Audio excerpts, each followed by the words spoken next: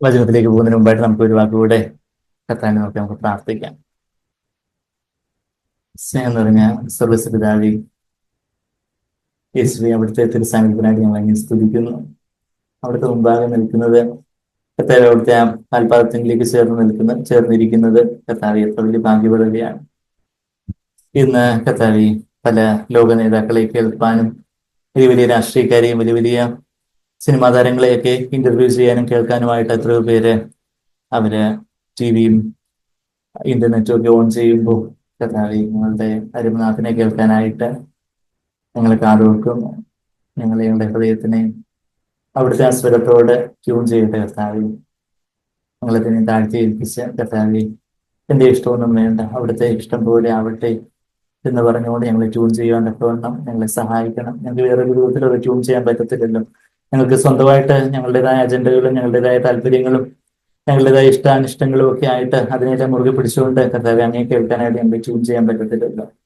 എന്നാ ഞങ്ങളെ തന്നെ ഞങ്ങളുടെ സ്വന്തം ഇഷ്ടത്തെ, ഞങ്ങളുടെ സ്വന്തം ആശ്രയ ജീവനെ, ഞങ്ങൾ കേട്ടതുപോലെ സ്വയജീവനെ കളയുന്നവൻ അവനെ നേടുമെന്ന് കേട്ടതുപോലെ കർത്താവെ, ഞങ്ങളുടെ ആ സ്വന്തം ജീവനെ, ഞങ്ങൾക്ക് സ്വന്തം ഇഷ്ടത്തെ എല്ലാം അവിടുത്തെ മുമ്പാകെ ജീവനുള്ള യാഗമായിട്ട് താഴ്ത്തി ഏൽപ്പിച്ചുകൊണ്ട് പരിശുദ്ധാത്മാവിനെ നിറയപ്പെട്ട് ഞങ്ങളുടെ ഹൃദയത്തിലെ റേഡിയോ സ്റ്റേഷൻ അവിടുത്തെ ഹെവൻലി റേഡിയോ സ്റ്റേഷനിലേക്ക്, ഹെവൻലി ഹെഡ് ക്വാർട്ടേഴ്സിലേക്ക് ട്യൂൺ ചെയ്യട്ടെ. സർവ്വസിംഹാസനത്തിൽ നിന്ന് ഞങ്ങളോട് അവിടുത്തേക്ക് സംസാരിക്കാനുള്ളത് കേൾപ്പാൻ കർത്താൻ ഞങ്ങളെ സഹായിക്കണമേ. ഞങ്ങളെ തന്നെ താഴ്ത്തി അവിടുത്തെ രക്തത്തെ ഞങ്ങളെ കഴുകണം, സ്നേഹം നിറയ്ക്കണം. എല്ലാ വിശുദ്ധത്താവിന്റെ വിലയേറിയ മാത്രമുള്ള നാമത്തിൽ ആമേൻ. ആമേൻ. എനിക്ക് ഏറ്റവും ഇഷ്ടമുള്ള ടോപ്പിക്ക് പറയാൻ പറ്റുന്നതിലുള്ള വലിയ സന്തോഷത്തോടെ ഞാൻ നിൽക്കുന്നത്. ഞാൻ മുമ്പ് പറഞ്ഞതുപോലെ കർത്താവിനോടുള്ള സ്നേഹം, അതാ എൻ്റെ ഏറ്റവും ഇഷ്ടപ്പെട്ട ടോപ്പിക്. എനിക്ക് സംസാരിക്കാൻ ഏറ്റവും ഇഷ്ടപ്പെട്ട ടോപ്പിക് ഏതാണെന്ന് ചോദിച്ചാൽ യേശുവിനോടുള്ള ആദ്യ സ്നേഹം, യേശുവിനോടുള്ള നിർമ്മല വിവേകാനന്ദവും ഭക്തി. അതാ ഈ 25 വർഷമായിട്ടും എൻ്റെ ഫേവറേറ്റ് ടോപ്പിക് അത് തന്നെ. അത് ഒരിക്കലും മാറിപ്പോകരുതെന്നും ഞാൻ പ്രാർത്ഥിക്കുന്നു. അത് സംസാരിക്കാനല്ല, എൻ്റെ ജീവിതത്തിൽ നിന്ന്, അതിലൊരു എൻ്റെ ജീവിതത്തിൽ നിന്ന് സംസാരിക്കാനാണ് കർത്താവ് ഇന്നും ഇന്നും ആഗ്രഹിക്കുന്നു. നമ്മളുടെ ക്രിസ്തീയ ജീവിതത്തിലെ ഏറ്റവും പ്രധാനപ്പെട്ട കാര്യം എന്താണ്? ഇതൊക്കെ ഈ കാര്യങ്ങളൊക്കെ ടോപ്പിക്ക് പറഞ്ഞിട്ടുണ്ടല്ലോ, ഇതാണ് പ്രധാനപ്പെട്ട കാര്യമെന്ന് എല്ലാവർക്കും മനസ്സിലാക്കാണ്. ദൈവം ഏറ്റവും അധികം, അതായത് ദൈവം കർത്താവ് സ്വർഗത്തിൽ ഇരുന്നുകൊണ്ട് നമ്മളെ നോക്കുമ്പോൾ, ഇപ്പൊ സ്വർഗസിംഹാസനത്തിൽ ഇരുന്നുകൊണ്ട് കർത്താവ് ഈ കായംകുളം സഭയെ കർത്താവ് നോക്കുമ്പോൾ, നമ്മളെ ഓരോരുത്തരെയും ഇൻഡിവിജ്വലായിട്ട് വ്യക്തിപരമായിട്ട് കർത്താവ് നോക്കുമ്പോൾ ഏറ്റവും അധികം നമ്മുടെ ജീവിതത്തിൽ നിന്ന് ദൈവം ആഗ്രഹിക്കുന്ന എന്താണ് എന്ന് വെറുതെ അങ്ങ് പറഞ്ഞാൽ മതിയോ? അതിൻ്റെ ഒരു വചനം വേണ്ടേ? അല്ലേ? നമ്മള് ഇങ്ങനെ എഴുതിയിരിക്കുന്നു എന്നൊക്കെ നമ്മൾ പറയണ്ടേ, അല്ലേ? അപ്പൊ ഏറ്റവും അധികം ദൈവം നമ്മളിൽ നിന്ന് ആഗ്രഹിക്കുന്നത് എന്താണ്? നമ്മൾ എന്താ വചനത്തിൽ കാണുന്നത്? ഏറ്റവും അധികം ദൈവം നമ്മളിൽ നിന്ന് ആഗ്രഹിക്കുന്ന കാര്യങ്ങളാണ് ദൈവം നമുക്ക് കൽപ്പനകളായിട്ട്, കമാൻഡ്മെന്റ്സ് ആയിട്ട് തന്നിട്ടുള്ളത്, അല്ലേ? നമുക്കിപ്പം ദൈവം ഇപ്പം മോൻ പറഞ്ഞു, Efesyർ 6:1 മനപ്പാഠവാക്യമായിട്ട് പറഞ്ഞു, അപ്പനും അമ്മയും കർത്താവിനെ അനുസരിക്കുക. അപ്പം ദൈവം കുഞ്ഞുങ്ങളെ children obey your father and mother in the Lord, കുഞ്ഞുങ്ങളെ നിങ്ങളെ അപ്പനമ്മമാരെ കർത്താവിനെ അനുസരിക്കുവിൻ. അപ്പൊ അത് കുഞ്ഞുങ്ങളിൽ നിന്ന് ദൈവം ആഗ്രഹിക്കുന്ന ഒരു കാര്യമായതുകൊണ്ട് അതൊരു കൽപ്പനയായിട്ട് വന്നത്, അല്ലേ? എന്ന് പറയുന്ന പോലെ ഞാൻ വിശുദ്ധനാകിയാൽ നിങ്ങളും വിശുദ്ധരായിരിക്കും എന്ന് ലേവ്യ പുസ്തകത്തിൽ പറയുന്ന 1 പത്രോസ് 1:16 നമ്മളെ പത്രോസിന്റെ ലേഖനത്തിൽ വായിക്കുമ്പോൾ അവിടെ ദൈവം നമ്മളെ കുറിച്ച് ആകാൻ ആഗ്രഹിക്കുന്നു. അതുകൊണ്ട് അതൊരു കൽപ്പനയായിട്ട് വന്നത്, അല്ലെ? ഓരോ കാര്യം ദൈവത്തിന്റെ വചനത്തിൽ എന്തെല്ലാം നമുക്ക് തന്നിട്ടുണ്ടോ അത് ആ കൽപ്പനകൾ എന്ന് പറയുന്നത് ദൈവം നമ്മളിൽ നിന്ന് ആഗ്രഹിക്കുന്ന കാര്യമാണ്. അപ്പൊ ദൈവം നമ്മളിൽ നിന്ന് ഏറ്റവും ആഗ്രഹിക്കുന്ന കാര്യമാണ് ഏറ്റവും വലിയ കൽപ്പന, അല്ലേ? സിമ്പിൾ അല്ലേ? അപ്പൊ ഏറ്റവും വലിയ കൽപ്പന ഏതാന്ന് ചോദിച്ചാൽ നമുക്ക് എല്ലാവർക്കും what is the greatest commandment? Love the Lord. അതെവിടെ പറയുന്നേ? മത്തായിലും ലൂക്കോസിലും പറയുന്നുണ്ട്. എന്നാൽ ഏറ്റവും ക്ലിയറസ്റ്റ് ആയിട്ട് എല്ലാ ഭാഗങ്ങളും പറയുന്നത് എവിടാ? മർക്കോസിന്റെ സുവിശേഷത്തിലെ മാർക്സ് ഗോസ്പൽ, മർക്കോസിന്റെ സുവിശേഷം 12-ാം അധ്യായം. കുഞ്ഞുങ്ങളോടും കൂടെ സംസാരിക്കാൻ പോകുന്നത്. കുഞ്ഞുങ്ങളെല്ലാം കേൾക്കുന്നുണ്ടല്ലോ? കുഞ്ഞുങ്ങളെല്ലാം എന്നെ നോക്കിക്കേ. ഓക്കെ. മാർക്സ് ഗോസ്പെല്ലിൽ എന്താ പറയുന്നത്? What is greatest biggest commandment? അപ്പം നമുക്ക് എന്തെങ്കിലും ഒരു ഗിഫ്റ്റ് വേണമെങ്കിൽ ബിഗ്ഗസ്റ്റ് ഗിഫ്റ്റ് വേണമെന്ന് പറയുന്നത് ബിഗ്ഗസ്റ്റ് കമാൻഡ്മെന്റ് എന്താണ്? പ്രാർത്ഥന. ഇങ്ങോട്ട് നോക്കി. Greatest commandment is to love Jesus with all your heart. Johan. Youngest. വേറെ ആരെങ്കിലും അതിനെക്കാട്ടി യങ്ങസ്റ്റ് ആയിട്ട് ഇരിപ്പുണ്ട്? ജെയിംസ് മോനെ തല താഴ്ത്തിരിക്കാൻ തോന്നുന്നില്ല ഞാൻ നോക്കാതിരിക്കാൻ വേണ്ടി. Okay. So the greatest commandment is to love Jesus with all your heart. അപ്പൊ അത് മാർക്സ് ഗോസ്പെലിന്റെ മർക്കോസിന്റെ സുവിശേഷം 12-ാം അധ്യായത്തിന്റെ അതിന്റെ 29 മുതലുള്ള വാക്യങ്ങൾ നമ്മൾ വായിക്കുമ്പോൾ അതിന്റെ 28 മുതലുള്ള വാക്യങ്ങൾ നമുക്കറിയാവുന്ന ഒരു പോർഷനാണ്. എന്താ? അവിടെ യേശു കർത്താവിനോട് വന്ന് ചോദിക്കുവാണ്. മർക്കോസിന്റെ സുവിശേഷം 12-ാം അധ്യായത്തിന്റെ 28 മുതലുള്ള വാക്യങ്ങൾ. ശാസ്ത്രിമാരിൽ ഒരുവൻ അടുത്ത് വന്നു. അവർ തമ്മിൽ തർക്കിക്കുന്നത് കേട്ട് അവൻ അവരോട് നല്ലവണ്ണം ഉത്തരം പറഞ്ഞ പ്രകാരം, കർത്താവ് എല്ലാം ബൈബിൾ ക്വിസിനൊക്കെ ഫസ്റ്റ് മാർക്ക് വാങ്ങിക്കുന്നുണ്ട്, കർത്താവ് എല്ലാം നന്നായിട്ട് ഉത്തരവൊക്കെ പറയുന്നുണ്ട്, അതുകൊണ്ട് ഇവനോട് തന്നെ ചോദിച്ചേക്കാം. ഇവൻ നല്ലൊരു റബ്ബിയാണ്, വലിയ ഗുരുവായിട്ട് അത്ഭുതമൊക്കെ ചെയ്ത് ഒരു ചെറുപ്പക്കാരൻ പയ്യൻ, ആശാരി പയ്യൻ നസ്രത്തിൽ നിന്ന് വന്നത് ഇവിടെ എല്ലാം ഇസ്രായേലിനെ എല്ലാം മാറ്റിമറിച്ചുകൊണ്ടിരിക്കുന്നു. അപ്പം എന്താ, അവരോട് നല്ലവണ്ണം ഉത്തരം പറഞ്ഞ പ്രകാരം ബോധിച്ചിട്ട് എല്ലാറ്റിലും മുഖ്യ കൽപ്പന ഏത് എന്ന് അവനോട് ചോദിച്ചു. അതിന് യേശു എല്ലാറ്റിലും മുഖ്യ കൽപ്പനയോ ഇസ്രായേലെ കേൾക്കുക. അവിടെ കർത്താവ് ആവർത്തന പുസ്തകം ഡിട്രോണമി 6:4 മുതൽ കർത്താവ് ഉദ്ധരിക്കുവാണ് 6:4-5 വാക്യങ്ങൾ. എല്ലാത്തിലും മുഖ്യ കൽപ്പനയോ ഇസ്രായേലെ കേൾക്കുക. നമ്മുടെ ദൈവമായ കർത്താവ് ഏക കർത്താവ്. നമുക്ക് 3 ദൈവങ്ങളിലെ ഒരു ദൈവമേ ഉള്ളൂ. തൃത്വമാണ്, ത്രിയേക ദൈവമാണ്. പിന്നെ അവിടുന്ന് ഒരു ദൈവമാണ്. 3 വ്യക്തിത്വങ്ങള്, 3 പേഴ്സൺസ് ഉണ്ട്, 3 വ്യക്തികളുണ്ട്, വ്യക്തിത്വങ്ങളുണ്ട്. എന്നാൽ 1 ബീയിങ്, ഒരു ദൈവമാണ്, ഏക കർത്താവ്. ഈ കർത്താവിനെ എന്ത് ചെയ്യണം എന്നുള്ളത് ഏറ്റവും മുഖ്യമായിട്ടുള്ള കൽപ്പന. നിന്റെ ദൈവമായ കർത്താവിനെ നീ പൂർണ്ണ ഹൃദയത്തോടും പൂർണ്ണ പ്രാണനോടും എന്ന് വേണം അവിടെ ട്രാൻസ്ലേറ്റ് ചെയ്യാൻ. പൂർണ്ണ ഹൃദയത്തോടെന്ന് എന്ന് പറയുമ്പോൾ ഹൃദയം ആത്മാവിനെ കുറിക്കുന്ന ഒരു പദമാണ് ബൈബിളിൽ പൊതുവെ. പിന്നെ വിത്ത് ഓൾ യുവർ സോൾ എന്ന ഇംഗ്ലീഷിലും സുഖി എന്നുള്ള ഗ്രീക്ക് വാക്ക് വിത്ത് ഓൾ യുവർ സോൾ, പൂർണ്ണ പ്രാണനോടെ അല്ലെങ്കിൽ പൂർണ്ണ ദേഹിയോടെ എന്നാണ് അവിടെ യഥാർത്ഥത്തിൽ ട്രാൻസ്ലേറ്റ് ചെയ്യേണ്ടത്.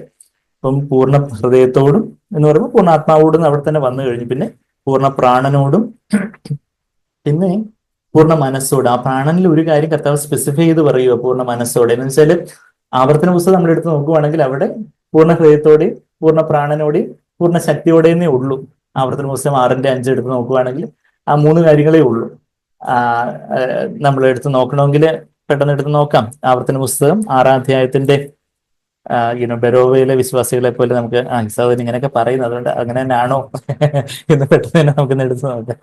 അപ്പൊ ബെരോവയിലെ സഹോദരങ്ങളെ കുറിച്ച് എല്ലാവർക്കും അറിയാമല്ലോ അല്ലെ. ബെറിയൻസ് പൗലോസ് വന്ന് പ്രസംഗിച്ചപ്പം അങ്ങനെ തന്നെയാണോ എന്ന് അറിയാൻ വേണ്ടി അവരെന്ത് ചെയ്തു? വീട്ടിൽ ചെന്ന് തിരുവഴുത്തുകളൊക്കെ അങ്ങനെ തന്നെയാണ്. അപ്പൊ ഈ പൗലോസ് എന്തെങ്കിലും തെറ്റായിട്ട് എന്തെങ്കിലും പറയുന്നതാണോ എന്നറിയാൻ വേണ്ടി അവര് ഇത് പരിശോധിച്ചതായിട്ട് അപ്പോസ്തലപ്രവൃത്തികൾ 17-ാം അധ്യായത്തിന്റെ 10-11 വാക്യങ്ങളിൽ Acts 17:10-11 അതിലൂടെ ഇപ്പം പോകുന്നില്ല, അത് നോട്ട് ചെയ്ത് വെച്ചു നിങ്ങൾ വീട്ടിൽ ചെന്ന് നോക്കണം. Acts 17:10-11 അപ്പോസ്തലപ്രവൃത്തികൾ 17-ന്റെ 10-11 ബെറിയൻസിനെ കുറിച്ച് അവിടെ നമ്മൾ വായിക്കുന്നത്. അപ്പൊ അതുപോലെ നമ്മള് വചനത്തിലുള്ളതെല്ലാം അങ്ങനെ തന്നെയോ, അത് നമ്മൾ തന്നെ ഒന്ന് കാണുമ്പോൾ അതൊരു സന്തോഷമാണ്. സൗരം പറഞ്ഞു, ശരിയാണ്, ഇവരൊന്നും തെറ്റ് പറയത്തില്ല, എങ്കിൽ പോലും നമ്മൾ തന്നെ അത് വചനത്തിൽ ഒന്ന് കാണുമ്പോൾ നമുക്കതൊരു ഉത്സാഹമാണ്, സന്തോഷമാണ്. അത് ആവർത്തന പുസ്തകം 6:4 ഇപ്പൊ നമ്മൾ വായിച്ച് ഇസ്രായേലെ കേൾക്കുക. ഡിട്രോണമി 6:4 കേൾക്കുക. യഹോവ നമ്മുടെ ദൈവമാകുന്നു, യഹോവ ഏകം തന്നെ. നിന്റെ ദൈവമായ യഹോവയെ നീ പൂർണ്ണ ഹൃദയത്തോടും പൂർണ്ണ മനസ്സോടും പൂർണ്ണ ശക്തിയോടും. അവിടെ ശരിക്കും പറഞ്ഞാൽ മലയാളത്തിൽ ഉള്ള ട്രാൻസ്ലേഷന്റെ കുഴപ്പമാണ്. ഇംഗ്ലീഷിൽ with all your soul and with all your might എന്ന പറഞ്ഞാൽ പൂർണ്ണ പ്രാണനോടും എന്നാണ് ശരിക്കും ഇവിടെ മലയാളത്തിൽ ട്രാൻസ്ലേറ്റ് ചെയ്യേണ്ടത്. എന്ന മലയാളത്തിൽ ട്രാൻസ്ലേഷന്റെ പെസകാണ് പൂർണ്ണ ഹൃദയത്തോടും പൂർണ്ണ പ്രാണനോടും പൂർണ്ണ ശക്തിയോടും അവിടെ പഴയ നിയമത്തിലുള്ളൂ.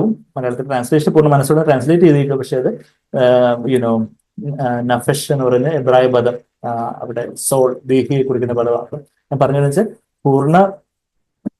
പൂർണ്ണ ഹൃദയത്തോടെ പൂർണ്ണ പ്രാണനോടെ പൂർണ്ണ ശക്തിയോടെ, അത് പൂർണ്ണ ദേഹത്തോടെ. അപ്പൊ ആ പൂർണ്ണ പ്രാണനോടെ എന്നുള്ളത് പഴയ നിയമത്തിൽ ഇല്ലാതിരുന്ന ഒരു കാര്യം ഇന്ന് പുതിയ നിയമത്തില് അത് കർത്താവ് കുറച്ചുകൂടി ഊന്നി നമ്മളുടെ ചിന്തകളും എല്ലാം, മനസ്സെന്ന് പറയുമ്പോൾ നമ്മളുടെ ചിന്തിക്കാനുള്ള കഴിവ്, അതെല്ലാം ചിന്തകളെല്ലാം യേശു കർത്താവിന് ഒരു സൗരഭ്യയാഗമായിട്ടായി തീരണം. അതാ നമ്മൾ തിരിച്ച് മർക്കോസ് 12 വരുമ്പോൾ മർക്കോസ് 12-ന്റെ 30-ാമത്തെ വാക്യം, നിന്റെ ദൈവമായ കർത്താവിനെ നീ പൂർണ്ണ ഹൃദയത്തോടും പൂർണ്ണ പ്രാണനോടും പൂർണ്ണ മനസ്സോടും പൂർണ്ണ ശക്തിയോടും, അതായത് നമ്മളെന്ന് പറയുന്നത് എന്താ, ആത്മാവ്, ദേഹി, ദേഹവും നമ്മൾ നാഴികയ്ക്ക് 40 വട്ടം പറയാറുണ്ട് നമ്മുടെ ചർച്ചിൽ.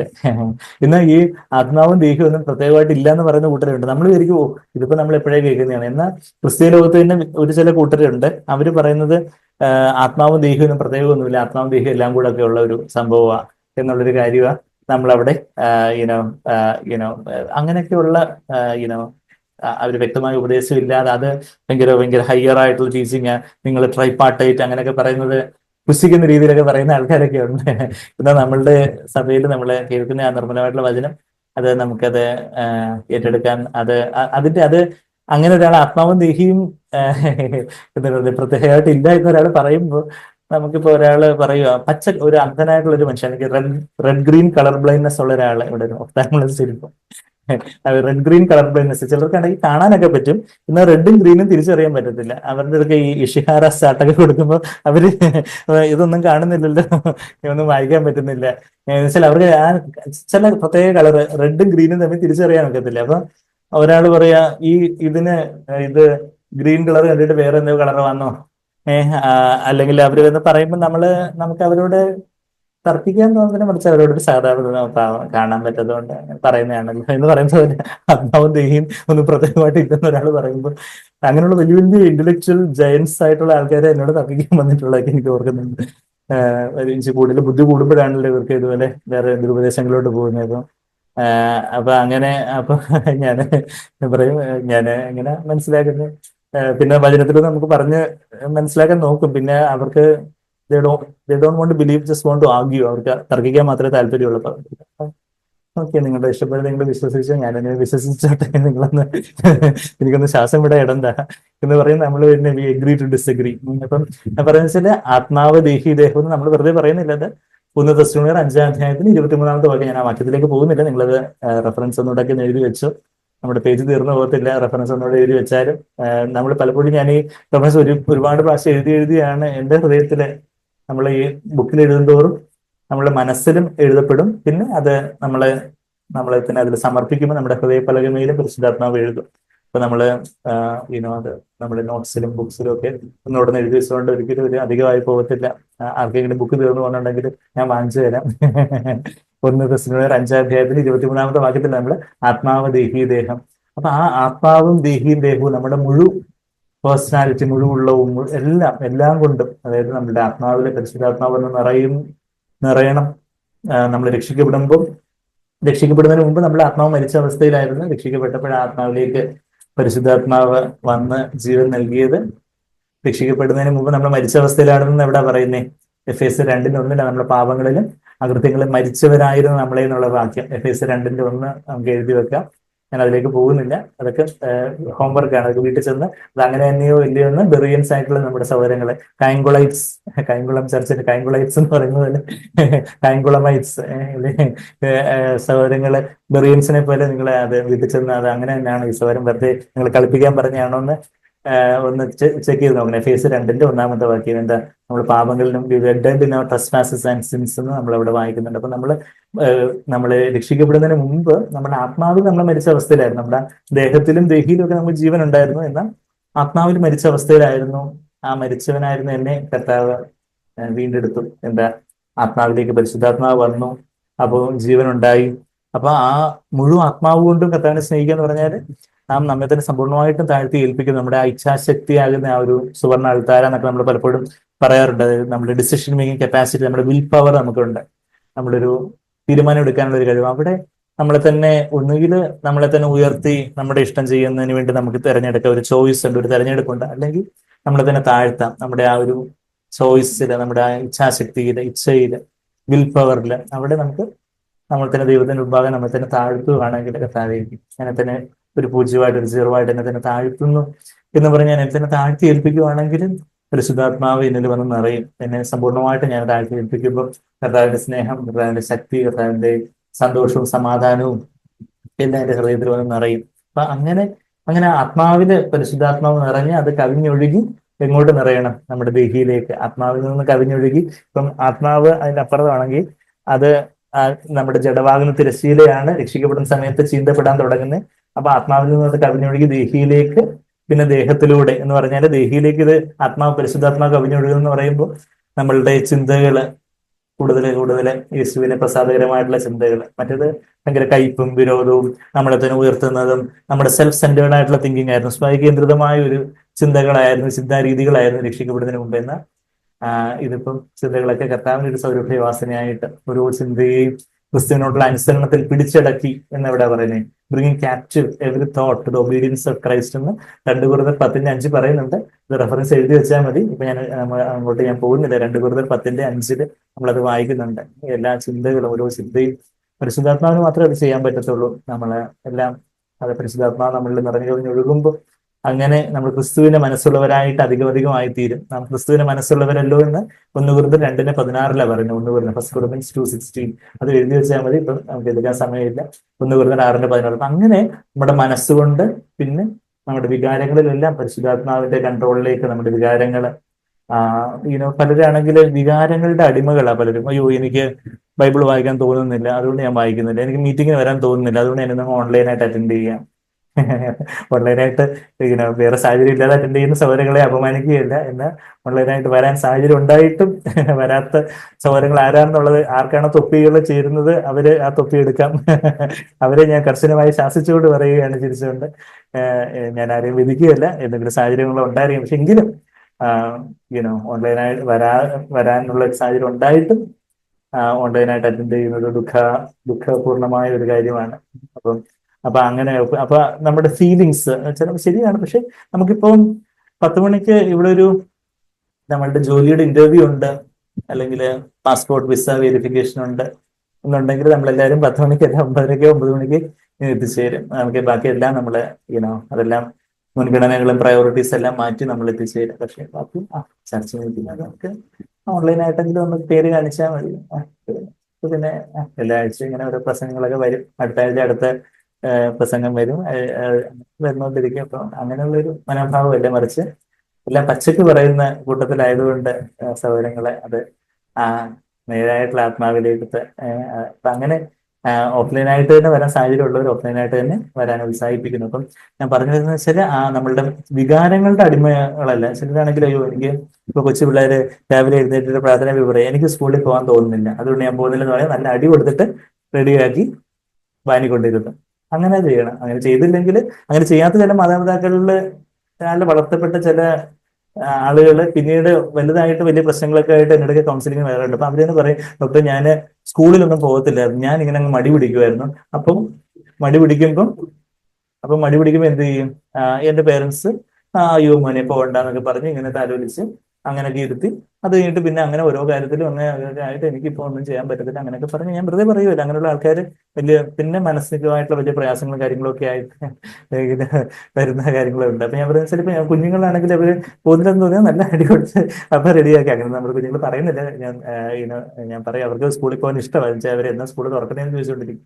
അവര് എന്നാ വെക്കേഷൻ തീരുന്ന ഇരിക്കുന്ന ആൾക്കാരാണ് ഇവിടെ ഉള്ളത്. അപ്പൊ ഞാൻ പറഞ്ഞതെന്ന് വെച്ചാൽ നമ്മളുടെ വികാരങ്ങള്, എനിക്ക് അങ്ങനെ തോന്നുന്നില്ല, എനിക്ക് മീറ്റിങ്ങിന് വരാൻ തോന്നുന്നില്ല, അതുകൊണ്ട് ഞാൻ മീറ്റിങ്ങിന് വരുന്നില്ല, എനിക്ക് ബൈബിൾ വായിക്കാൻ തോന്നുന്നില്ല, എനിക്ക് പ്രാർത്ഥിക്കാൻ തോന്നുന്നില്ല. നമ്മുടെ തോന്നലുകള് അങ്ങനെയുള്ള ഒരു ഇതല്ല, മറിച്ച് നമ്മളുടെ വികാരങ്ങളെല്ലാം കർത്താവെ എനിക്ക് തോന്നിയാലും ഇല്ലെങ്കിലും Lord I choose to do that because that is your will കർത്താവെ. ഇപ്പം ഈ സമയത്ത് അവിടുത്തെ ഇഷ്ടം കർത്താവെ, അവിടുത്തെ ആത്മാവിന്റെ പ്രേരണ എനിക്ക് കുറച്ച് സമയം പ്രാർത്ഥിക്കാനാണല്ലോ. എനിക്കിനിപ്പം തോന്നുന്നതോ അതോ എന്നുള്ളതല്ല, തോന്നുന്നോ ഇല്ലയോ എന്നുള്ളതല്ല, മറിച്ച് കർത്താവെ ഞാൻ കർത്താവിനെ തന്നെ താഴ്ത്തി ഏൽപ്പിക്കുന്നു. കർത്താവെ അവിടുത്തെ ആത്മാവിനാല് നിറയ്ക്കണം എന്ന് പറഞ്ഞ് നമ്മളുടെ ഇച്ഛയെ, നമ്മളുടെ വിൽ, നമ്മളുടെ ഡിസിഷൻ മേക്കിംഗ് കപ്പാസിറ്റി, തീരുമാനം എടുക്കാനുള്ള കഴിവിനെ അവിടെ ഇപ്പൊ നമുക്ക് ഫുട്ബോൾ കളിക്കാനായിരിക്കും തോന്നുന്നത്, പക്ഷെ വീക്ക് ഡേ മീറ്റിംഗ് ഉണ്ട്. അപ്പം പിന്നെ നമ്മൾ ഫുട്ബോളുകളൊക്കെ മാറ്റി വെച്ച് തോന്നിയാലും ഇല്ലേലും വന്ന് മീറ്റിംഗ് അറ്റൻഡ് ചെയ്യുന്നു എന്ന് പറഞ്ഞതുപോലെ നമുക്ക് പല കാര്യങ്ങളും നമുക്ക് തോന്നും. നമുക്ക് തോന്നുന്ന പോലെ എല്ലാ ആൾക്കാരും ചെയ്യാൻ തുടങ്ങിയ ഈ ലോകം പിന്നെ ഒരു കുട്ടിച്ചോറായി പോകും. അപ്പൊ നമ്മളുടെ തോന്നലുകളെ ആശ്രയിച്ചല്ല, മറിച്ച് load what you want from me, അവിടുന്ന് എന്നിൽ നിന്ന് എന്താ ആഗ്രഹിക്കുന്നേ കർത്താവെ, അതിനായിട്ട് കർത്താവെ ഞാൻ എന്നെ തന്നെ താഴ്ത്തി ഏൽപ്പിക്കുന്നു എന്ന് പറഞ്ഞ് നമ്മുടെ ഇച്ഛയെ, നമ്മുടെ ആ ഡിസിഷൻ കപ്പാസിറ്റി, ആ ഇച്ഛാശക്തി, അതിൽ തന്നെ ന്യൂട്രൽ ആയിട്ടുള്ള, അതിൽ തന്നെ പോസിറ്റീവോ നെഗറ്റീവോ അല്ലാത്തൊരു കാര്യമാണ് നമ്മുടെ ഇച്ഛ, നമ്മുടെ തീരുമാനം എടുക്കാൻ പറ്റുന്ന കപ്പാസിറ്റി. അവിടെ നമ്മളെ തന്നെ താഴ്ത്തി ഏൽപ്പിക്കുമ്പോൾ അവിടാണ് യഥാർത്ഥത്തിൽ നമ്മെ തന്നെ മുമ്പാകെ അങ്ങനെ താഴ്ത്തി ഏൽപ്പിക്കുമ്പോഴാണ് പരിശുദ്ധാത്മാവ് നമ്മളുടെ ആത്മാവിലേക്ക് വന്ന് ആത്മാവിൽ നിന്ന് നമ്മളുടെ മനസ്സിനെ പുതുക്കുന്നത്, നമ്മളുടെ വികാരങ്ങളെ അധികമായിട്ട്, പതുക്കെ വികാരങ്ങൾ തോന്നിയാലും ഇല്ലെങ്കിലും നമ്മൾ ചെയ്യേണ്ട കാര്യങ്ങൾ നമ്മൾ ചെയ്യുന്നു. പക്ഷെ അതൊക്കെ അത് നമുക്കൊരു സന്തോഷമുള്ള കാര്യമായിട്ട് അങ്ങ് മാറും. ബൈബിൾ വായിക്കുന്നതോ മീറ്റിങ്ങിന് വരുന്നതോ അല്ലെങ്കിൽ സ്കൂളിൽ പോകുന്നതോ അല്ലെങ്കിൽ ജോലിക്ക് പോകുന്നതോ അല്ലെങ്കിൽ വേറെ പല കാര്യങ്ങളും നമ്മളുടെ തോന്നൽ അങ്ങനെയാണ് ഇങ്ങനെയാണെന്ന് പറഞ്ഞുകൊണ്ടല്ല. നമുക്ക് മൂഡ് സ്വിങ്സ് അങ്ങനെ ശരിയാണ്. ഇപ്പൊ സഹോദരിമാർക്കൊക്കെ ആകുമ്പോൾ പീരിയോഡിക്കലായിട്ട് മാസത്തിൽ അവർക്ക് ഹോർമോണൽ ചേഞ്ചസ് ഒക്കെ വരുമ്പം ചിലപ്പം ഭയങ്കരമായിട്ടുള്ള ടെൻഷൻ തോന്നും, ചിലപ്പോൾ ഭയങ്കരമായിട്ട് ദേഷ്യം തോന്നാം, ചിലപ്പോൾ ആയിട്ടുള്ള വല്ലാത്ത ചെറിയ കാര്യങ്ങൾ വലിയ കാര്യങ്ങളായിട്ട് തോന്നാം. അങ്ങനെയുള്ള പീരിയോഡിക്കലായിട്ട് മൂഡ് സ്വിങ്സ് ഒക്കെ എസ്പെഷ്യലി സഹോദരിമാർക്ക് ഹോർമോണൽ ചേഞ്ചസ് കാരണം തന്നെയൊക്കെ വരാം. പക്ഷെ അവിടെ നിന്നും ആ ഒരു എന്തിനാ പറഞ്ഞേ, ആ ഒരു വികാരങ്ങളുടെ ആ ഒരു മൂഡ് സ്വിങ്സിന്റെ ആ ഒരു വികാരങ്ങളുടെ എനിക്ക് അങ്ങനെ പറയാൻ തോന്നി, അതുകൊണ്ട് ഞാൻ അങ്ങനെ പറയാം, എനിക്ക് ഇങ്ങനെ ചെയ്യാൻ തോന്നി, അങ്ങനെ ഒരു തോന്നലുകളാൽ നയിക്കപ്പെടുന്ന ക്രിസ്ത്യൻ നമ്മുടെ പൂർണ്ണ പ്രാണനോട് കർത്താവിനെ സ്നേഹിക്കണം എന്ന് പറയുമ്പോൾ നമ്മുടെ ടോപ്പിക് എന്താ? കർത്താവിനെ സ്നേഹിക്കുന്ന കാര്യമാണ്. പൂർണ്ണ പ്രാണനോട് കർത്താവിനെ സ്നേഹിക്കണം എന്ന് പറയുമ്പോൾ ആ ഒരു കർത്താവ് എന്റെ പ്രാണനുള്ള വികാരങ്ങളെല്ലാം കർത്താവ് അവിടുത്തെ ഇഷ്ടത്തിന് അനുസരിച്ചാവട്ടെ.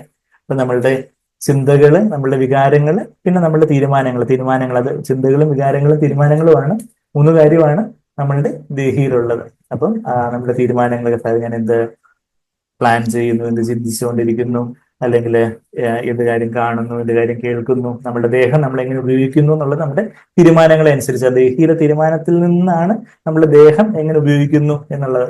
ഞാനിപ്പോ ഇവിടെ കൈ ഉയർത്തുന്നുണ്ടെങ്കിൽ അവിടെ തീരുമാനത്തില് വില്ലില് ഞാൻ choose to lift at my hand, അപ്പൊ ഞാൻ എന്റെ കൈ ഉയർത്തുന്നു, അല്ലെങ്കിൽ എനിക്ക് അങ്ങോട്ട് നോക്കണം എന്ന് തോന്നുന്നു, ഞാൻ അങ്ങോട്ട് നോക്കുന്നു എന്ന് പറയുന്നത് പോലെ നമ്മളുടെ ചിന്തകൾ, നമ്മളുടെ ആ ഇച്ഛയിൽ നമ്മൾ എങ്ങനെ തീരുമാനിക്കുന്നതനുസരിച്ച് നമ്മളുടെ ദേഹം നമ്മൾ ഉപയോഗിക്കും. നമ്മുടെ പൂർണ്ണ ശക്തിയോട് കർത്താവിനെ സ്നേഹിക്കണം എന്ന് പറയുമ്പോൾ എന്താ, നമ്മളുടെ ദേഹം, നമ്മളുടെ കർത്താവെ എന്റെ ശരീരം ഞാൻ എന്ത് പറയണം, എനിക്ക് ചിലപ്പം പല കാര്യങ്ങളും പറയാൻ തോന്നും, ചിലപ്പോൾ പരദൂഷണം പറയാൻ തോന്നാം, അല്ലെങ്കിൽ ദേഷ്യമായിട്ട് എന്തെങ്കിലും സംസാരിക്കാൻ തോന്നാം, അല്ലെങ്കിൽ ആകുല ചിന്തകളോ പരാതിയോ പെറുപെറുപ്പോ അങ്ങനെയൊക്കെയുള്ള പല ഇറിറ്റേഷൻ, അങ്ങനെയൊക്കെ പല കാര്യങ്ങളൊക്കെ നമ്മുടെ നാവ് കൊണ്ട് നമുക്ക് പറയാൻ തോന്നാം.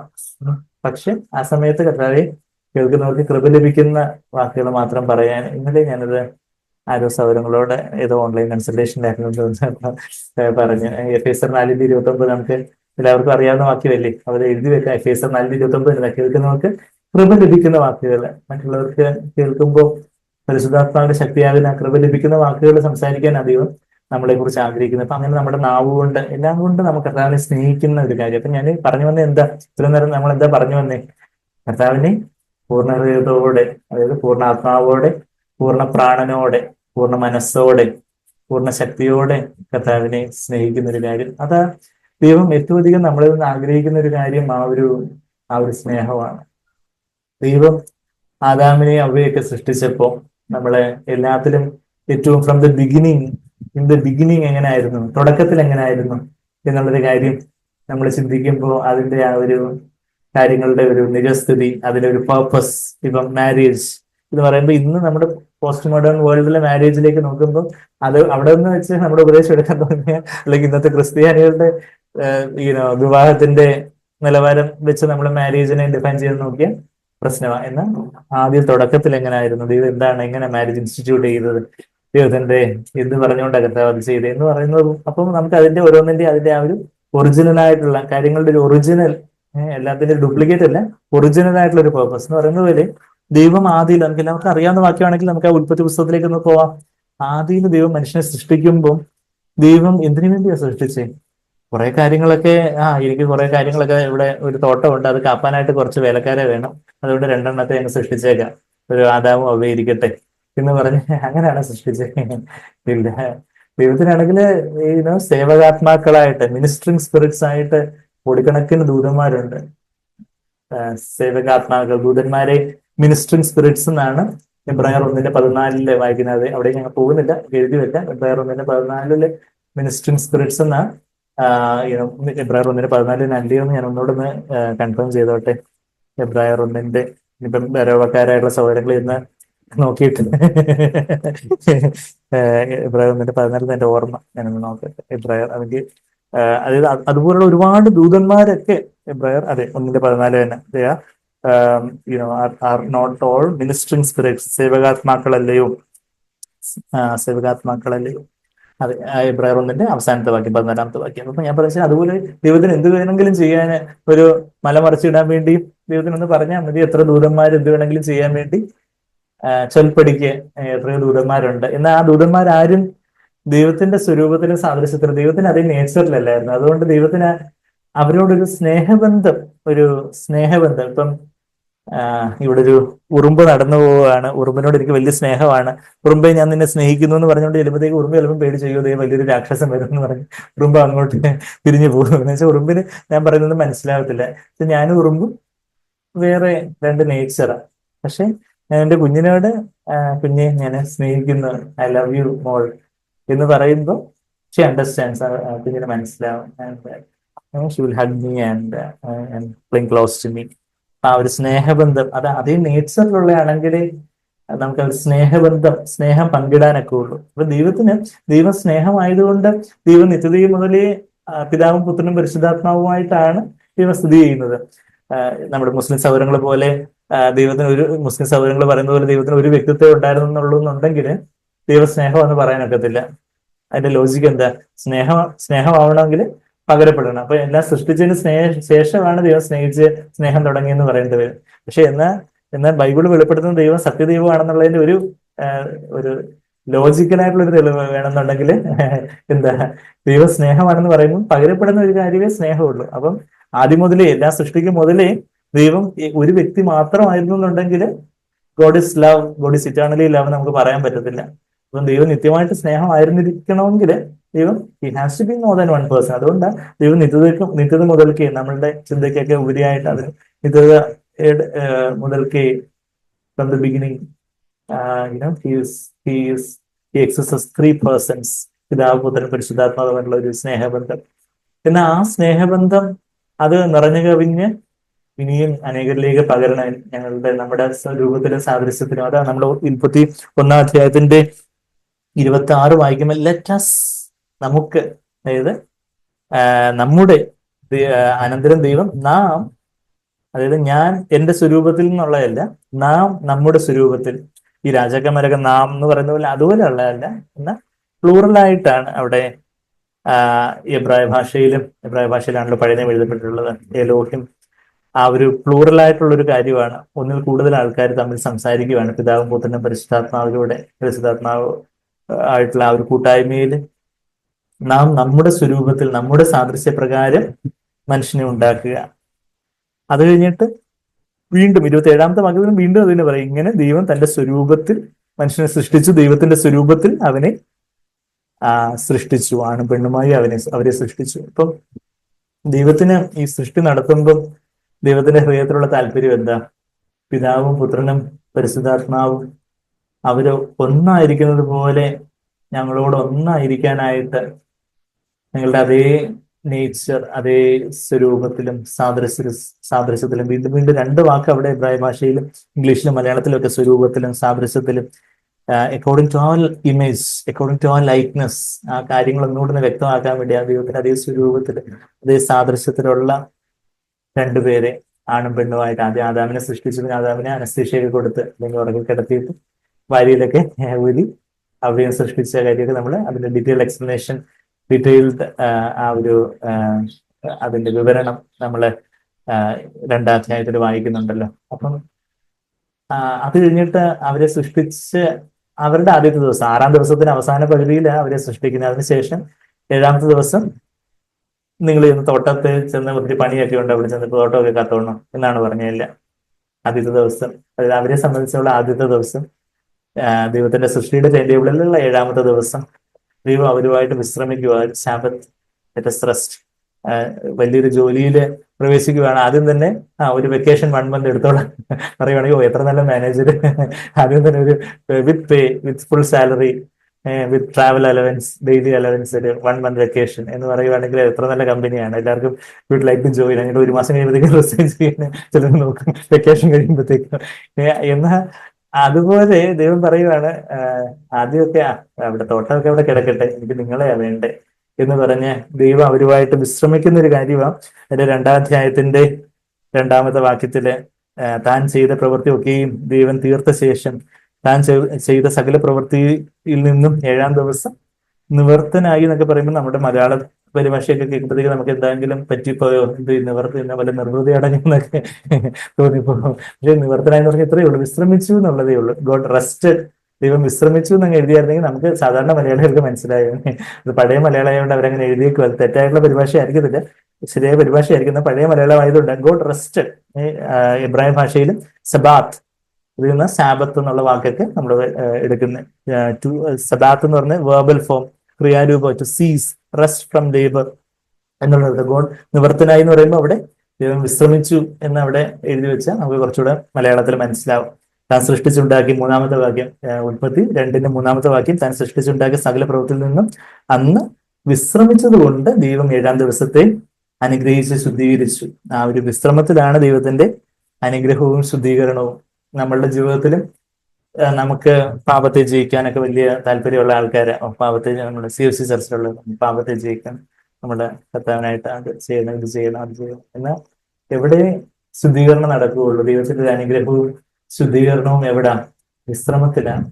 അപ്പം അന്ന് ഒരു ദിവസമാണ് അനുഗ്രഹിച്ച് ശുദ്ധീകരിച്ചതെന്നുണ്ടെങ്കിൽ ഇന്ന് പുതിയ ഉടമ്പടിയില് ഞായറാഴ്ചയാണ് അല്ലെ?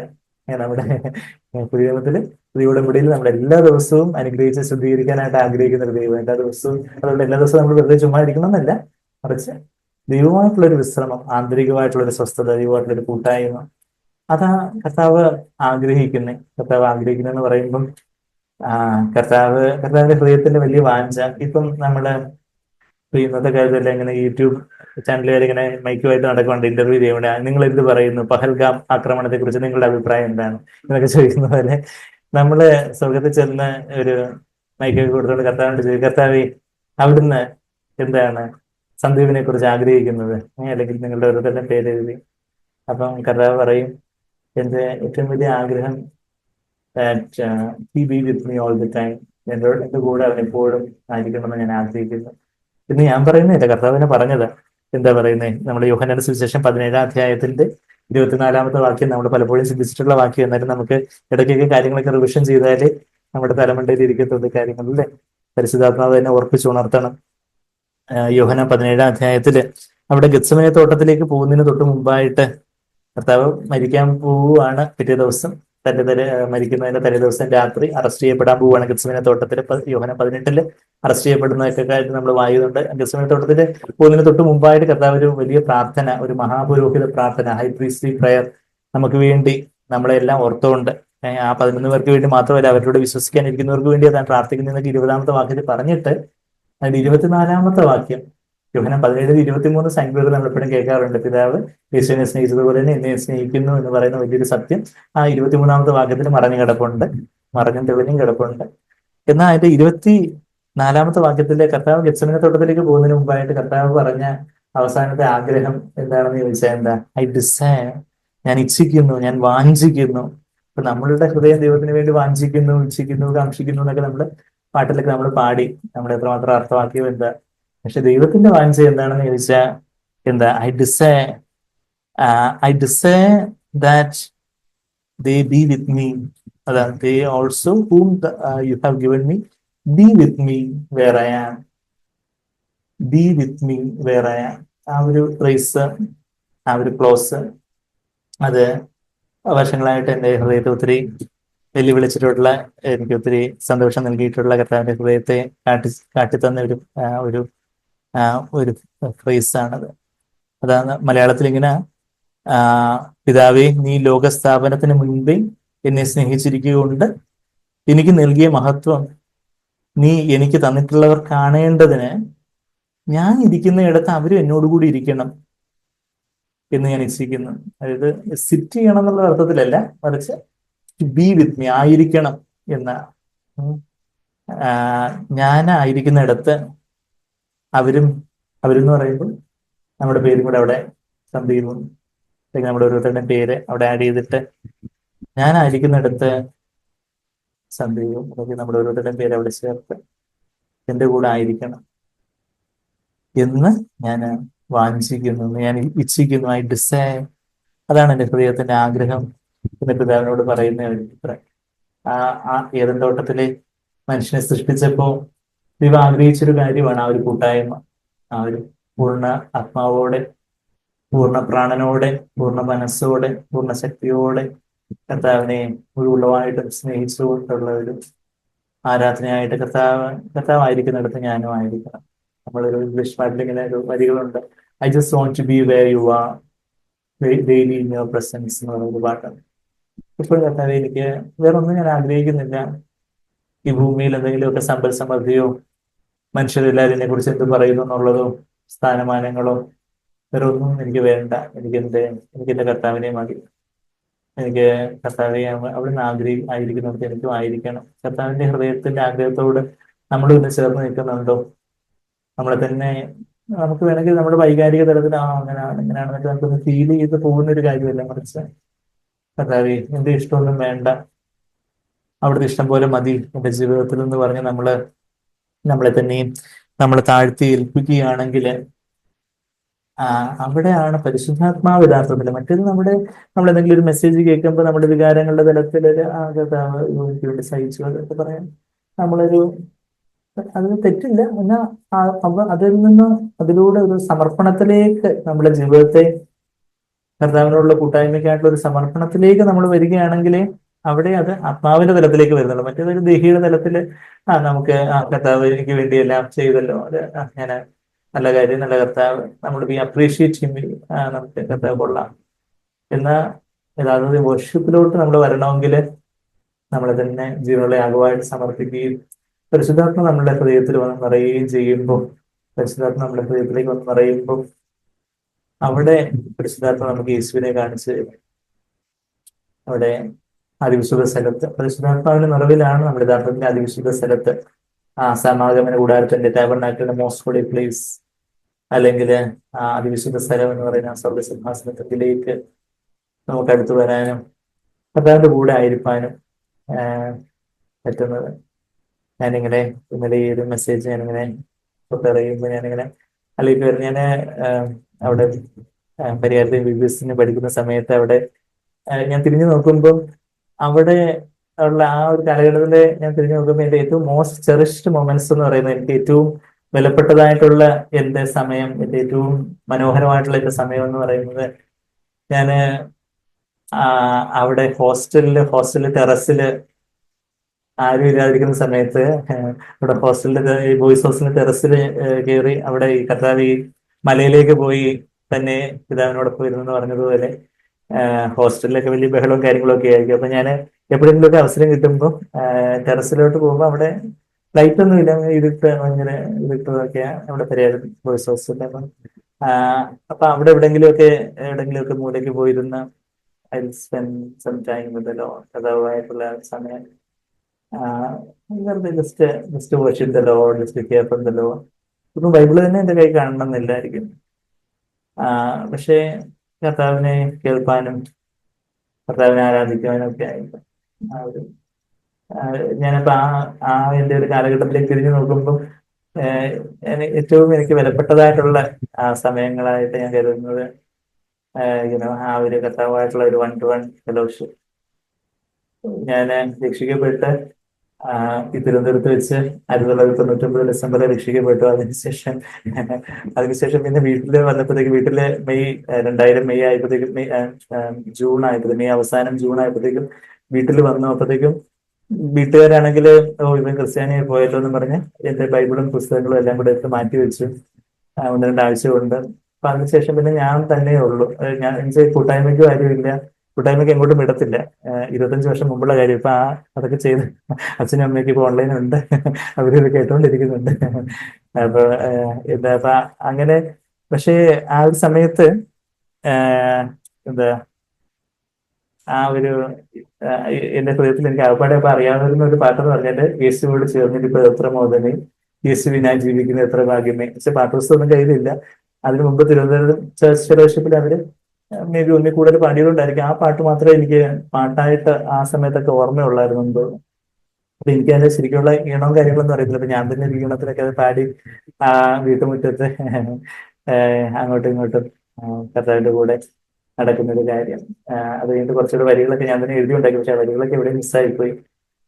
അപ്പൊ ആ ഒരു 1-to-1 ഫെലോഷിപ്പ് കർത്താവായിട്ടുള്ള ആ ഒരു പ്രഷ്യസ് ആയിട്ടുള്ള ഒരു ഫെലോഷിപ്പ് അതുപോലുള്ള അതുപോലെ ഞാൻ നിങ്ങളോട് യുവാക്കളോടൊക്കെ ഞാൻ നിങ്ങളോട് ഉത്സാഹിപ്പിക്കട്ടെ. കുഞ്ഞുങ്ങളെ ഉത്സാഹിപ്പിക്കട്ടെ നിങ്ങൾ ഓരോരുത്തരെയും.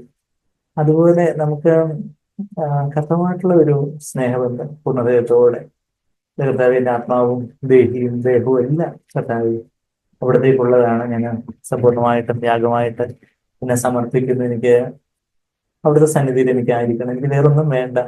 യഥാർത്ഥത്തിൽ നമ്മൾ യേശുവിന്റെ സന്നിധിയിലേക്ക് വരുമ്പോൾ പിന്നെ നമുക്ക് ആ സഭനെ പോലെ പറയാൻ പ്രയാസം കാണത്തില്ല. നമ്മുടെ ദൈവത്തിന്റെ സന്നിധിയിൽ നിന്ന് മാറിയിരിക്കുന്നുണ്ട്, അയ്യോ എനിക്ക് അത് വേണം ഇത് വേണം അത് വേണം. ശരിയാണ്, ദൈവത്തിന്റെ ഹിതത്തിൽ നമുക്ക് പല കാര്യങ്ങളും നമുക്ക് പ്രാർത്ഥിക്കാം, ഇതൊന്നും തെറ്റില്ല. എന്നാൽ പ്രാഥമികമായിട്ടും ആത്യന്തികമായിട്ട് കർത്താവേ എനിക്ക് അങ്ങേ മാത്രം മതി. സ്വർഗത്തിൽ എനിക്ക് ആരുള്ളൂ, ഭൂമിയിലും അങ്ങല്ലാതെ ഞാൻ വേറൊന്നും ആഗ്രഹിക്കുന്നില്ല. ആ ഒരു നമ്മുടെ കഴിഞ്ഞ ആഴ്ചയും ആ ഒരു കുറേനക്കാരനായ ശിമോനെ യേശു തിരിഞ്ഞു നോക്കി. നമ്മുടെ ലൂക്കോസ് 23:26, 27, 28 വാക്യങ്ങളൊക്കെ കഴിഞ്ഞ ആഴ്ച നമ്മൾ കണ്ടായിരുന്നു. അപ്പോൾ ആ ക്രൂശ് എടുത്തുകൊണ്ട് അവൻ നടക്കുക. അവൻ വലിയ ഭാരപ്പെട്ട് വലിയ പ്രയാസപ്പെട്ട എന്നാ യേശുവിന്റെ ആ തിരുമുഖത്തിന്റെ ഒരു തിരിഞ്ഞു നോട്ടം അത് മതി അവന്റെ ജീവിതത്തെ മാറ്റിമറിക്കാനായിട്ട്. കർത്താവായിട്ടൊരു മുഖാമുഖം, അത് അവന്റെ എല്ലാം മാറി കർത്താവിനോടുള്ള ഒരു സ്നേഹബന്ധത്തിലേക്ക്, നിത്യമായിട്ടുള്ള ഒരു സ്നേഹബന്ധത്തിലേക്ക്. തനിക്ക് വേണ്ടിയാണ് ഇവന് ഇതെല്ലാം, ഇദ്ദേഹം എനിക്ക് വേണ്ടിയാണ് ഈ ക്രൂശ് ചുമക്കുന്നത് എന്നുള്ളൊരു ബോധം. പിന്നീട് ആ ക്രൂശ് ചുമന്ന് ഗൊൽഗോഥയിൽ എത്തിയതിനു ശേഷം കുറേനക്കാരനെ ആരും തിരിഞ്ഞു നോക്കി കാണത്തില്ല. ബാക്കി പരീശന്മാരും റോമൻ പടയാളികളും ഒക്കെ അവരുടെ വഴിക്ക് പോയി. ശിഷ്യന്മാരും ഒക്കെ യോഹന്നാനും അമ്മയൊക്കെ ഉണ്ടായിരുന്നു, അവരും അവരുടെ വഴിക്ക് പോയി. പിന്നെ അവനെ പിന്നെ ബാക്കി ദേവാലയത്തിന്റെ ഏഴയിലത്തെ ആരും കയറ്റി കാണത്തില്ല. അയ്യോ ഇവൻ കുരിശൊക്കെ തൊട്ട് അശുദ്ധനായിട്ട് വന്നത്, ഇവൻ പെസഹയുടെ ഏഴയിലത്തിൽ പിന്നെ കയറ്റി പോയേക്കരുത്, ഒന്നാമത് കറുത്ത നിറവും കൂടെ ആയതുകൊണ്ട് പെട്ടെന്ന് എല്ലാവരും തിരിച്ചറിഞ്ഞും കാണും. അപ്പൊ പിന്നെ അവനെ എവിടെ പോയി കാണും? അവനെ ഞാൻ വിചാരിക്കുന്നത് അവന് ശിഷ്യന്മാരുടെ അടുത്ത് തന്നെ അവൻ പോയി കാണും. അവനെ ശിഷ്യന്മാരുടെ അടുത്ത് തന്നെ പോയി യേശുവിനെ കുറിച്ച് കേൾക്കാനും യേശു പഠിപ്പിച്ചതൊക്കെ കേൾക്കാനും ഒക്കെ അവന് സമയം ചെലവഴിച്ച് കാണും. 11 പേരോടും കൂടെ ഇരുന്നവരോടും യേശു പ്രത്യക്ഷപ്പെട്ടതായിട്ട് നമ്മൾ ലൂക്കോസ് 24:34 നമ്മൾ കണ്ടപ്പം അവിടെയും ആ കുറേനക്കാരൻ ശിമോൻ അവിടെ ഉണ്ടായിരുന്നിരിക്കും.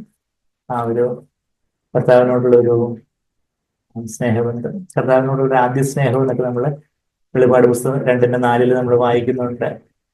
പിന്നെ 2 കൊരിന്ത്യർ 11:2-3 വാക്യങ്ങളിലൊക്കെ നമ്മൾ വായിക്കുന്നു. ക്രിസ്തുവിനോടുള്ള നിർമ്മലവും ഏകാഗ്രവുമായ ഭക്തിയെ നമ്മളവിടെ വായിക്കുന്നുണ്ട്. ഉത്തമയുഗത്തിലേക്ക് നമ്മൾ പോകുമ്പോൾ നമ്മളുടെ ആ ഒരു മണവാട് ആക്ച്വലി നമ്മുടെ ആ ഒരു ത്രൂ ദ ബൈബിൾ അതിന്റെ CD കിട്ടിയപ്പോൾ അന്ന് ആദ്യം കമ്പ്യൂട്ടർ CD മാത്രമായിട്ടായിരുന്നു അവൈലബിൾ ആയിരുന്നത്. ത്രൂ ദ ബൈബിള് സാങ്ക്ബേറിനെ ത്രൂ ദ ബൈബിൾ അത് കിട്ടിയപ്പം എന്റെ ഓർമ്മ ശരിയാണെങ്കിൽ ഞാൻ ആദ്യം കേട്ടത് സോങ് ഓഫ് സോങ്സ് ആയിരുന്നു. സാങ്ക്ബേർ അങ്ങനെ പറഞ്ഞിട്ടുണ്ട്. വേറെ ആദ്യമായിട്ട് വേറെ ബൈബിൾ സ്റ്റഡി ചെയ്ത പുസ്തകം സോങ് ഓഫ് സോങ്സ് ആയിരുന്നു. അത് യാദൃച്ഛികമായിട്ട് തന്റെ പിതാവിന്റെ ലൈബ്രറിയിൽ നിന്നാണ് ആ ഒരു പുസ്തകമായിരുന്നു കിട്ടിയത്. ഒരു ബൈബിൾ സ്റ്റഡിക്കായിട്ട് താൻ ഷിപ്പിലായിരുന്ന സമയത്ത് അത് എന്ന് പറഞ്ഞതുപോലെ ഞാൻ ആദ്യമായിട്ട് ആ സ്ഥിതി കേട്ടപ്പോൾ അത് ഞാൻ ഏറ്റവും അധികം തവണ വീണ്ടും വീണ്ടും പിന്നെയും കേട്ടിട്ടുള്ളത് ത്രൂ ദ ബൈബിളിലെ സോങ് ഓഫ് സോങ്സിന്റെ ആ ഒരു 1 hour അതിന്റെ ഒരു എക്സ്പ്രഷൻ, ആ ഒരു കർത്താവിനോടുള്ള ഒരു ഫെർവന്റ് പേഴ്സണൽ പാഷനേറ്റ് ഡിവോഷൻ ഡെവലപ്പ്. അതിൽ നിന്നാണ് എല്ലാ അനുസരണമൊക്കെ വേണ്ടുന്നത്. നമ്മളിപ്പം കർത്താവിനെ അനുസരിക്കണം, പാപത്തെ ജയിക്കണം, അത് നമ്മൾ പാപത്തെ ജയിക്കണം, അതുകൊണ്ട് ഞാൻ ഇന്ന് മുതൽ അങ്ങനെയാണ് ഇങ്ങനെയാണെന്ന് പറഞ്ഞ് തലകുത്തി പറഞ്ഞാലൊന്നും ഇത് പാപത്തെയും ജയിക്കാൻ പറ്റത്തില്ല. നമ്മുടെ സ്വയശക്തിയിൽ എന്തെങ്കിലുമൊക്കെ കുറച്ചു നേരത്തേക്ക് കടിച്ചു പിടിച്ച് നിൽക്കും എന്നുള്ളതേ ഉള്ളൂ. എന്നാൽ കർത്താവിനുള്ളൊരു സ്നേഹം, അത് എന്നെ സ്നേഹിക്കുന്നത് എന്നെ അനുസരിക്കും, എന്റെ കൽപ്പനകളെ പ്രമാണിക്കുമെന്നാണ് യോഹന്നാൻ 14:15 വാക്യത്തിലും 23 വാക്യത്തിലും യോഹന്നാൻ 14, 14, 15 and 23, യോഹന്നാൻ 14:15, 23 കർത്താവ് പറയുന്നത്. സ്നേഹിക്കുന്നവരാണ് എന്റെ കൽപ്പനകളെ അനുസരിക്കുന്നത്. അല്ലാതെ നമ്മൾ കൽപ്പനകളെ എന്തെങ്കിലുമൊക്കെ അനുസരിക്കുന്നതായിട്ടൊക്കെ നമുക്ക് തോന്നാം. പക്ഷെ അത് നമുക്ക് അതിൽ തന്നെ നമുക്കൊരു പുകഴ്ച കാണും. ഞാൻ ഇന്ന കൽപ്പനയൊക്കെ അനുസരിച്ചു, ഇത്ര കാലം അനുസരിച്ചു. നമുക്ക് അങ്ങനെ അനുസരിക്കാത്തവരോട് നമുക്കൊരു പുച്ഛവും കാര്യങ്ങളൊക്കെ കാണും. അതൊരു സ്വയനീതിയാവട്ടെ, നമ്മുടെ കൂടെ ഒരു പരീക്ഷണമാകും. പക്ഷെ കർത്താവിനുള്ള സ്നേഹത്തിലുള്ള അനുസരണമാകുമ്പോൾ അത് നമുക്ക് വീമ്പ് പറയാനോ നമുക്കൊന്നും അതിനകത്തൊരു ഗ്ലോറി ഒന്നും എടുക്കാനില്ല. കർത്താവ് ചെയ്ത കാര്യങ്ങൾ, അങ്ങനെയുള്ള കാര്യങ്ങൾ, അങ്ങനെ ഒരു കർത്താവിനോടുള്ള ഒരു നിർമ്മലമായ ഭക്തിയിലേക്ക് നമുക്ക് അടുത്ത് വരാം. കർത്താവ് ആയിരിക്കുന്നിടത്ത് കർത്താവ് എനിക്കെപ്പോഴും അങ്ങായിരിക്കുന്നിടത്ത് ആയിരിക്കണം എന്ന് പറഞ്ഞ പരിശുദ്ധാത്മാവിന്റെ നിറവില് യേശുവിനോടുള്ള ഒരു വൺ ടു വൺ റിലേഷൻഷിപ്പില് കർത്താവിനോടുള്ള ഒരു നിർമ്മലമായിട്ടുള്ള ഒരു സ്നേഹബോധത്തില് കർത്താവിനെ കേൾക്കാനും. കർത്താവിനെ നിങ്ങളൊക്കെ കേൾക്കാറുണ്ടോ? നമ്മുടെ കൂടെ ഒരാള് ഉണ്ട്, നമ്മൾ അയാള് പറയുന്നൊന്നും കേൾക്കത്തില്ല, മൈൻഡ് ചെയ്യത്തില്ലെന്നുണ്ടെങ്കിൽ പുള്ളിക്ക് എത്ര വിഷമമായിരിക്കും അല്ലെ? നമ്മുടെ ഏറ്റവും അടുത്ത സുഹൃത്താണെന്ന് പറഞ്ഞ ഒരാളെ നമ്മൾ വിസിറ്റ് ചെയ്യാൻ പോകും. നമ്മള് ആള് വീട്ടിലോട്ട് കയറിയ സമയം മുതൽ നമ്മളെ ആളെ മൈൻഡ് ചെയ്യുന്നതില്ല. നമ്മള് ഇങ്ങനെ വേറെ ഒത്തിരി കാര്യങ്ങളൊക്കെ ആയിട്ട് ആക്ക് വേണ്ടി ചെയ്യുന്നത്, ആക്ക് വേണ്ടി നമ്മൾ ഒത്തിരി കാര്യങ്ങളൊക്കെ ചെയ്യുന്നു, ഇരുന്നിരിക്കുന്ന കാര്യങ്ങളൊക്കെ. പക്ഷെ പുള്ളിയോടൊന്നും സംസാരിക്കത്തോ സമയം ചെലവഴിക്കത്തൊന്നും ഇല്ലെങ്കിൽ പുള്ളി വിരോധമാണ് തോന്നുന്നു അല്ലേ എന്ന് പറയുന്നില്ല. കർത്താവ് നമ്മളുടെ ജീവിതത്തിലേക്ക് വന്ന് നമ്മൾ കർത്താവിന് വേണ്ടി നമ്മൾ മീറ്റിംഗ് അറ്റൻഡ് ചെയ്യുന്നു, പാട്ട് പാടുന്നു, പ്രസംഗിക്കുന്നു, അത് ചെയ്യുന്നു, ഇത് ചെയ്യുന്നു. എന്നാൽ കർത്താവിനോട് സംസാരിക്കാൻ, കർത്താവിനോട് നിന്ന് കേൾക്കാൻ യേശു അവിടത്തേക്ക് എന്നോട് എന്താ പറയാനുള്ളത്? I you please with me? എന്റെ ജീവിതത്തിലെ അവിടത്തേക്ക് സന്തോഷമുണ്ടോ? അതായത് നിങ്ങൾ വേദനിപ്പിക്കുന്ന എന്തെങ്കിലും കാര്യങ്ങളുണ്ടോ? അങ്ങനെ പറഞ്ഞ കർത്താവിന്റെ അടുക്കിലേക്ക് നമുക്ക് ചെല്ലാനും ഉത്തമഗീതത്തിലെ അതിന്റെ 7-10-11 വാക്യം കൂടെ വായിച്ചുകൊണ്ട് ഞാനങ്ങ് നിർത്താം. ഉത്തമഗീത 7-ാം അധ്യായത്തിന്റെ ഇംഗ്ലീഷിൽ 10-ാമത്തെ വാക്യം, മലയാളത്തിൽ 11-ാമത്തെ വാക്യം. എന്റെ പ്രിയൻ എനിക്കുള്ളവൻ. ഉത്തമഗീതം അതിന്റെ 7-ാം അധ്യായം അതിന്റെ ഇംഗ്ലീഷിൽ 10-ാമത്തെ വാക്യം, മലയാളത്തിൽ 11-ാമത്തെ വാക്യം. I am my beloved's and his desire is for my മിനിസ്ട്രിയോ, അല്ലെങ്കിൽ എന്റെ വലിയ വലിയ അക്കംപ്ലിഷ്മെന്റ്സോ, വലിയ വലിയ നേട്ടങ്ങളോ, വലിയ വലിയ പേരോ പദവിയോ ഒന്നും അല്ല കർത്താവിന്റെ ആഗ്രഹം. His desire is for me, അവന്റെ ആഗ്രഹം എന്നോടാകുന്നു. ഞാൻ എന്റെ പ്രിയനുള്ളവൾ, അവന്റെ ആഗ്രഹം എന്നോടാകുന്നു. കർത്താവ് എന്നെ ആഗ്രഹിക്കുന്ന, ഞാൻ എപ്പോഴും തന്റെ കൂടെ ആയിരിക്കണം എന്ന് ആഗ്രഹിക്കുന്ന ഒരു കർത്താവ്.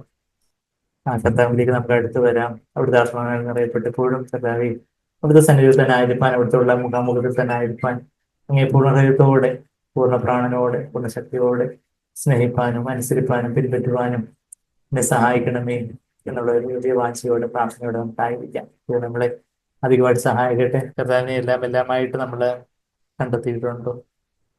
പരിശുദ്ധാത്മാവ് യേശുവിനെ കാണിച്ചു തരാനായിട്ട് വളരെ വെമ്പലോടെ ആവലോടെ നമ്മളുടെ മധ്യത്തിലുണ്ട്. ആ യേശുവിനെ എല്ലാമായവനായിട്ട് കണ്ട് കർത്താവെ അവിടുത്തെ ഹൃദയത്തിന് സന്തോഷം നൽകുന്നവനായിട്ട് കർത്താവെ പിന്നെ ഞങ്ങളെ ഓരോരുത്തരെയും കാണപ്പെടുവാൻ ഇടയാക്കട്ടെ. വിശുദ്ധാത്മാവ് കർത്താവിനുള്ള ആ സ്നേഹവും നിർമ്മലമായിട്ടുള്ള ആ ഒരു ഭക്തി, ആ ഒരു അതിസ്നേഹം, എപ്പോഴും കർത്താവിന്റെ ആ മഹത്വം, തേജസ്, ആ ഹൃദയസത്യവും നിറഞ്ഞ ആ കർത്താവിന്റെ ആ ദിവ്യ സ്വഭാവം, ആകുന്ന തേജസ് കണ്ടുകൊണ്ട് എപ്പോഴും ഇരിക്കാൻ തക്കവണ്ണം എപ്പോഴും കർത്താവായിരിക്കുന്നിടത്തായിരിക്കുവാൻ ആ സർവ്വസിംഹാസനത്തിൽ തന്നെ ആത്മീയമായിട്ട് ആത്മാവിന്റെ തലത്തിൽ സർവ്വസിംഹാസനത്തിൽ ദൈവം നമ്മളെ ഇരുത്തിയിട്ടുണ്ട്. എഫെസ്യർ 2:6-7 നമ്മൾ വായിക്കുന്നത് പോലെ എന്നാ നമ്മളുടെ പ്രാണനും അവിടെ ആയിരിക്കത്തക്കവണ്ണം ഒരു ദിവസം പുനരുദ്ധാന ശരീരത്തോടുകൂടി കർത്താവിന്റെ സിംഹാസനത്തിൽ നമ്മൾ ഇരിക്കാനുള്ളവരാണ്, ഇരിക്കാൻ വിളിക്കപ്പെട്ടവരാണ്. ഇന്ന് നമ്മളുടെ ആത്മാവും നമ്മളുടെ പ്രാണനും പ്രാണനും അവിടെ സ്വർഗത്തിൽ തന്നെ ആയിരിക്കത്തക്കവണ്ണം നമ്മെ തന്നെ ജീവനുള്ള യാഗമായിട്ട് നമ്മൾ സമർപ്പിക്കുമ്പോൾ പൂർണ്ണ ഹൃദയത്തോടെ, പൂർണ്ണ ആത്മാവോടെ, പൂർണ്ണ പ്രാണനോടെ, പൂർണ്ണ ശക്തിയോടെ നമ്മളുടെ ശരീരം, ആത്മാവ്, ദേഹം, പൂർണ്ണ ശക്തി, നമ്മളുടെ ശരീരത്തിന്റെ എല്ലാ തീരുമാനങ്ങളാവട്ടെ, നമ്മളെ എല്ലാ പ്രവൃത്തികളും വാക്കുകളും എല്ലാം അതെല്ലാം കർത്താവിന് ഒരു സ്നേഹത്തിന്റെ സൗരഭ്യവാസനയായിട്ടായി തീരത്തക്കവണ്ണം ഇതൊരു സ്നേഹഗീതമാണ്. 739 യേശുവിൻ തോഴനെ കണ്ടേൻ, ഒരു love song to the Lord. നമ്മളുടെ ആത്മമണവാളനായുള്ള കർത്താവിനുള്ള ഒരു സ്നേഹഗീതമായിട്ട് ലോകരെല്ലാം കൈവിടിഞ്ഞാലും ശോകഭാരമേറിയാലും കർത്താവ് താങ്ങും തണലുമായിട്ടുണ്ടെന്നൊക്കെ നമ്മൾ പാടുന്നത്. കർത്താവിന്റെ മുഖത്തെ ഞാൻ ഒരു നാളിൽ ദർശിക്കും, കിരീടം ചൂടി. എന്നാൽ ഇന്ന് തന്നെ ഹൃദയശുദ്ധിയുള്ളവർ ഭാഗ്യവാന്മാർ.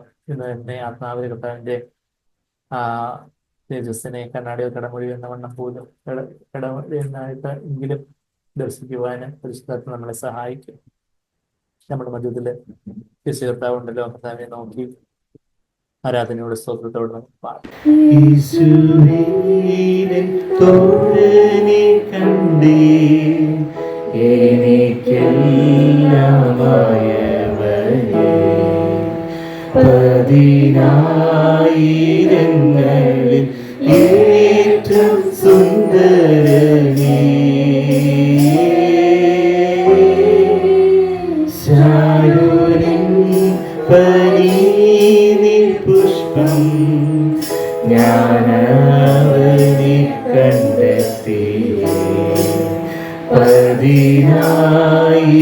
പതിനായിരങ്ങളിൽ ഏറ്റവും സുന്ദരനേ പതിനായിരങ്ങളിൽ ഏറ്റവും സുന്ദരനേ തുമ്പം ദുഃഖങ്ങളതിൽ ആശ്വാസം നൽകുന്നു എൻ ഭാരമെല്ലാം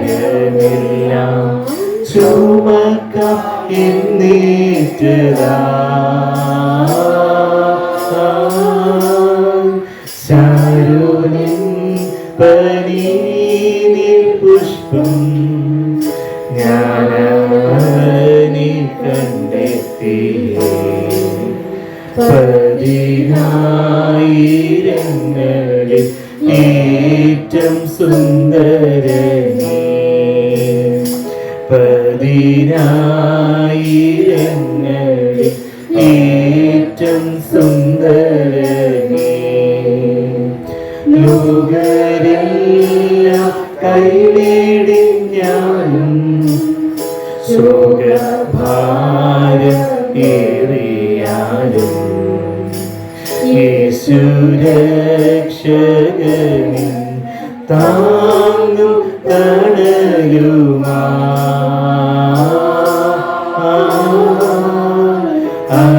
അവനിന്നെ മറക്കുകയില്ല മൃത്യുവിലും കൈവേടില്ല അവനിഷ്ടം ഞാൻ ചെയ്തെന്നും ജീവിക്കും അവനിഷ്ടം ഞാൻ ചെയ്തെന്നും ജീവിക്കും തുമ്പം ദുഃഖങ്ങളതിൽ ആശ്വാസം നൽകുന്നു എൻ ഭാരമെല്ലാം ചുമക്കാം എന്നേറ്റതാ ശാരോനിൻ പനീനിൻ പുഷ്പം അവനെ ഞാൻ കണ്ടെത്തി പതിനായിരങ്ങളിൽ ഏറ്റവും സുന്ദരനേ പതിനായിരങ്ങളിൽ ഏറ്റവും സുന്ദരനേ മഹിമയിൽ ഞാൻ കിരീടം ചൂടി അവൻ മുഖം ഞാൻ ദർശിക്കും അന്നു ജീവന്റെ നദി കവിഞ്ഞൊഴുകുമേ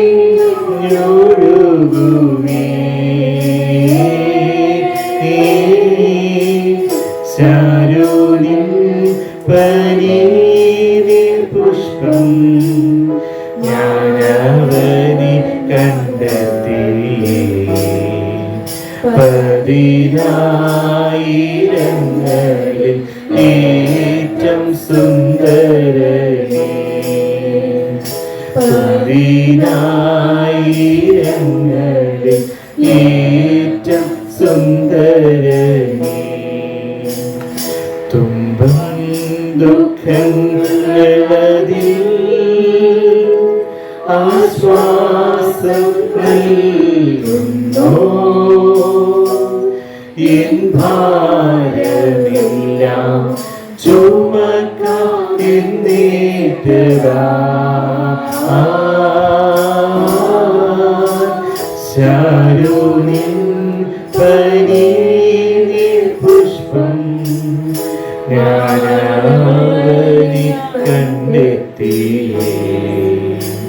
പതിനായിരങ്ങളിൽ ഏറ്റവും സുന്ദരനേ, പതിനായിരങ്ങളിൽ